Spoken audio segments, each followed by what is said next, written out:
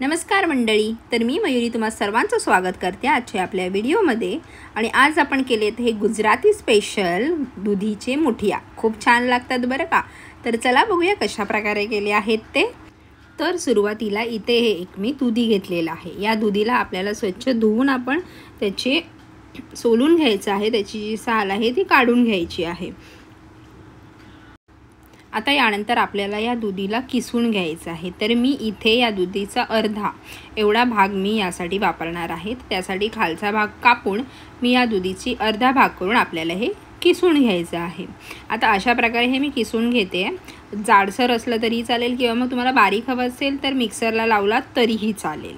तर अशा प्रकारे मी ही आपली दुधी किसून झालेली आहे। याच्या बिया वगैरे असेल तो पाड घ्यायचा नाही आहे, काढून टाकायचं आहे। त्याच्यानंतर यामध्ये काय काय घ्यायचं आहे ते बघूया। इथे मी गव्हाचं पीठ घेतलेलं आहे।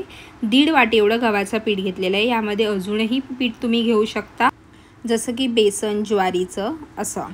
त्यानंतर यामध्ये मी 1 चमच एवढा ओवा घेतलेला आहे। चवीनुसार मीठ घ्यायचं आहे।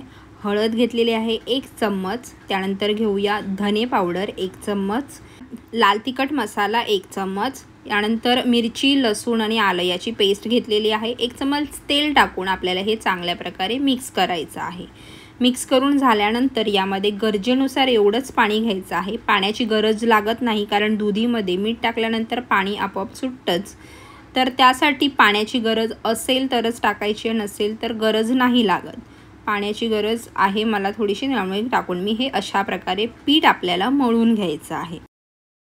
इथे हे घट्टसर माझं पीठ मळून झालेलं आहे। मीडियम आहे, म्हणजे जास्त पातळसुद्धा नाही आणि घट्टसुद्धा।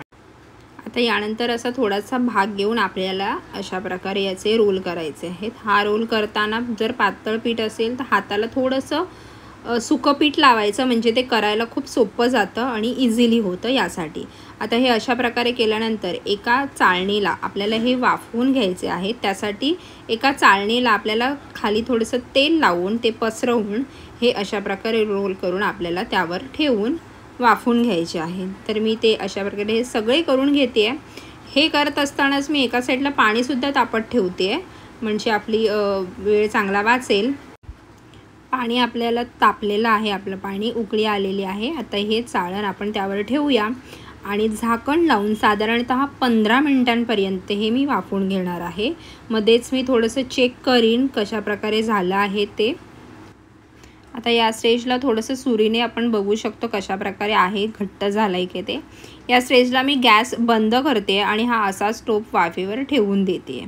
एक 5 मिनिटांनी उघडून बघीन तर थंड झालेला आहे आणि परफेक्ट घट्ट झालेला आहेत आपल्या मुठिया। आता हे रोल आपल्याला कट करायचे आहेत, म्हणजे पीसेसमध्ये बारीक बारीक कट करायचे आहेत। त्यासाठी हे मी टोप बाजूला ठेवते आणि यामध्येच मी हे अशा प्रकारे कट करून घेईन। आता यानंतर आपल्याला शेवटची प्रोसेस बघायची आहे, ते म्हणजे आपल्याला याला फोडणी द्यायची आहे, तडका द्यायचा आहे। तर त्यासाठी काय काय लागणार आहे ते बघूया। हे इथे माझे सगळे पीसेस कट करून झालेले आहेत। हे असेसुद्धा छान लागतात खायला। तर त्यासाठी एका फ्राईंग पॅनमध्ये मी तेल घेते, जिरं, राई, थोडंसं हिंग, त्यानंतर घेते ही लाल मिरची आणि बारीक चिरलेली लसूण। हे सगळं तेलामध्ये चांगलं परतून घेऊया। त्यानंतर आपल्याला यामध्ये मसाला घ्यायचा आहे, लाल तिखट मसाला आणि धणे पावडर, हे एवढेच मसाले घेतलेले आहेत यात।